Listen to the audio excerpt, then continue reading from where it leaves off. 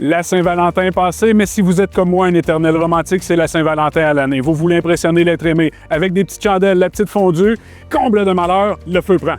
Qu'est-ce qu'on fait? Sachez qu'un incendie, dans la première minute, c'est encore gérable. À chaque minute subséquente, un incendie double en intensité. Mon nom est Olivier Béchard, formateur principal pour les commissionnaires du Québec et technicien en prévention incendie de formation. La plupart d'entre vous, vous avez chez vous ou à proximité un extincteur portatif de ce type-là, donc de type ABC. Vous pouvez l'utiliser lors d'un début d'incendie. Cependant, si c'est trop élaboré, si l'incendie prend trop d'ampleur, de grâce, évacuez et appelez les services de sécurité incendie. Premièrement, on le prend par la poignée de transport, c'est la poignée du dessous, très important parce que celle du dessus, c'est votre gâchette. Pour les chasseurs d'entre vous, vous savez à quel point ça peut être dangereux. À ce moment-là, qu'est-ce qu'on fait par la suite? On dégage le tuyau d'opération et on le tient fermement pour être sûr qu'il est mobile. Maintenant, c'est le temps d'armer notre outil.